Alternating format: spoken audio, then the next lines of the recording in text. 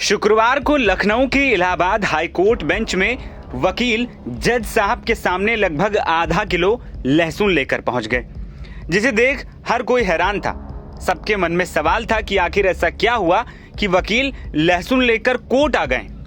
दरअसल हुआ यूं कि प्रदेश की बाजारों में धड़ल्ले से चाइनीज या चीन से आने वाले लहसुन बिक रहे हैं, जिस पर भारत में प्रतिबंध है।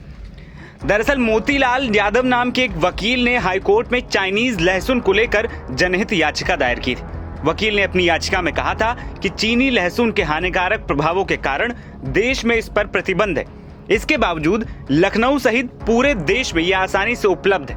याचिका पर सुनवाई करते हुए इलाहाबाद हाईकोर्ट की लखनऊ बेंच ने केंद्र के वकील से देश में ऐसी वस्तुओं के प्रवेश को रोकने के लिए मौजूद सटीक व्यवस्था के बारे में भी प्रश्न किया और ये भी पूछा कि इसके प्रवेश के स्रोत का पता लगाने के लिए क्या कोई कवायद की गई। याचिकाकर्ता ने अदालती कार्यवाही के दौरान जजों के सामने लगभग आधा किलो चीनी लहसुन के साथ सामान्य लहसुन भी पेश किया था। आइए आपको सुनाते हैं कि इस बारे में मोतीलाल यादव, जो कि वकील हैं, उनका क्या कहना है।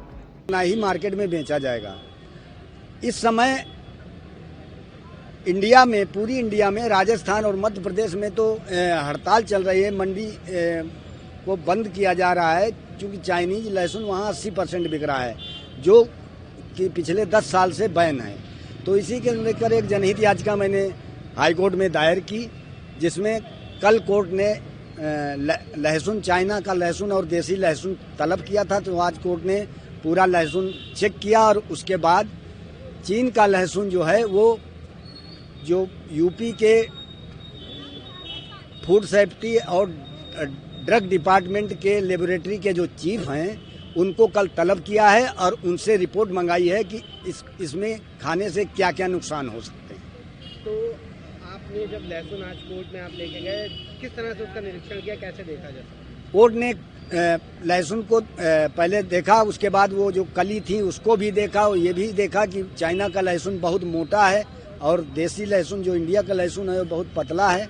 और दोनों को निरीक्षण करने के बाद जो सरकारी वकील था उसको कहा कि जो चीफ लेबोरेटरी का अफसर है उसको कल बुलाया जाए, उससे इसकी जांच करा के और रिपोर्ट सबमिट की जाए। तो इस मामले में अब कल अगली सुनवाई? हाँ, कल अगली सुनवाई है और लेबोरेटरी चीफ को तलब किया है हाईकोर्ट ने। क्या क्या और लहसुन से इन चीज़ों को लेकर के क्या विचार रहे जब आपने इसको लेकर के जनहित याचिका डाली? देखो, ऐसा है चूँकि चाइना की मृत्यु दर इंडिया की मृत्यु दर से वैसे भी कम है, क्योंकि वहाँ जो लोग हैं वो हर चीज़ तो खाते पीते हैं और इंडिया में जो लहसुन का उत्पादन होता है वो पर्याप्त मात्रा में होता है। लेकिन फिर भी इन लोगों ने, चूँकि ये तस्कर हैं, जब ऑलरेडी बैन है तो इंडिया के अंदर लहसुन आया कैसे? तो ये बांग्लादेश और नेपाल के माध्यम से ये कस्टम विभाग के अधिकारियों की मिलीभगत से ये लहसुन इंडिया में आ रहा है और मार्केट में बिक रहा है। मैंने सीबीआई की जांच करके इस दोषी अधिकारियों के खिलाफ दंडात्मक कार्रवाई करने की मांग भी की है और इस पे अब लेबोरेटरी की जब जांच आ जाएगी तब जब कोर्ट फर्दर ऑर्डर करेगी। वहीं सुनवाई के दौरान इलाहाबाद हाईकोर्ट ने उत्तर प्रदेश सरकार के खाद्य सुरक्षा एवं औषधि प्रशासन विभाग के नामित अधिकारी को शुक्रवार को तलब कर पूछा है कि बैन हो चुका चीनी लहसुन अब भी बाजार में कैसे बिक रहा है। बता दें कि देश के अलग अलग हिस्सों में बाजारों में चाइनीज लहसुन बेचे जाने की खबरें आ रही थी।